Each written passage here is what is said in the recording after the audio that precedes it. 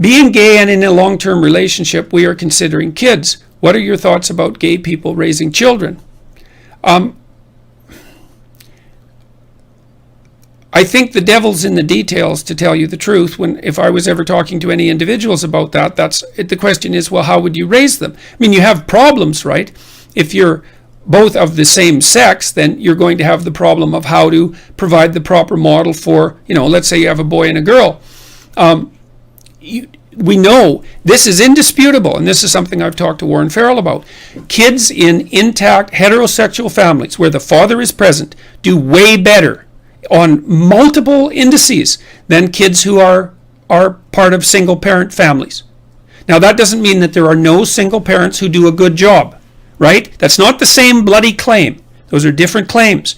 But on average, not only do kids where fathers are present do better, but societies, or even local societies where there are more fathers present, do better, not only for the kids that they're fathering, but the kids in the neighborhood where there are lots of intact families with fathers do better. And so I believe quite firmly that the nuclear family is the smallest viable human unit. Father, mother, child. Smallest viable unit. And if you fragment it below that, then you end up paying. Now, that doesn't mean that there aren't ways that you can operate in a smaller unit or a different unit effectively. But you have to contend with the fact that it's necessary for kids to have models for both sexes. And that means accepting that the sexes are different, even though there's a fair overlap between them, accepting that they're different and that both sexes play their role. It looks like what fathers do, and I talked to Warren Farrell a lot about this, and I'm going to release this video this month about what fathers do. And a lot of what they do is rough and tumble play with the kids, which kids really, really, really like. And it's really important, as Jaak Panksepp, a great affective neuroscientist, laid out in his studies on rats. He discovered the play circuitry.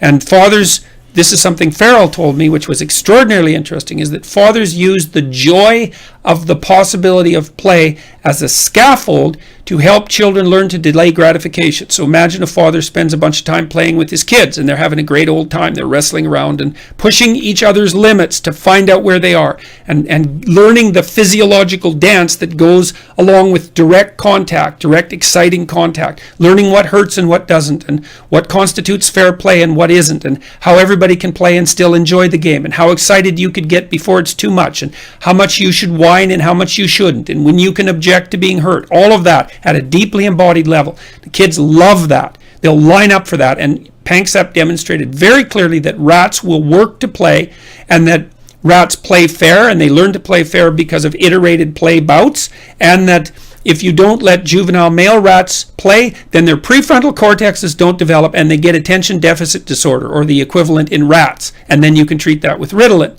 And so this is all very vital material. Now, if you're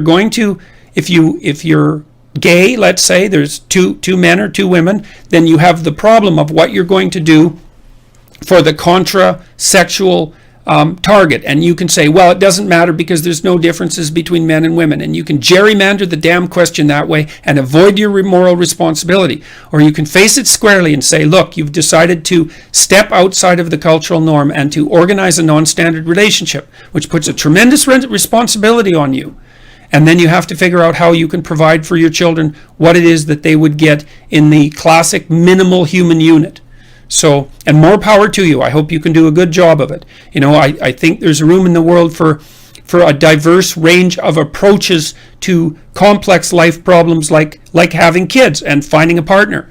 But that doesn't mean you get to bury your head in the sand about the absolute realities of life and the fact that there are biological differences between men and women. To deny that is reprehensible in my estimation.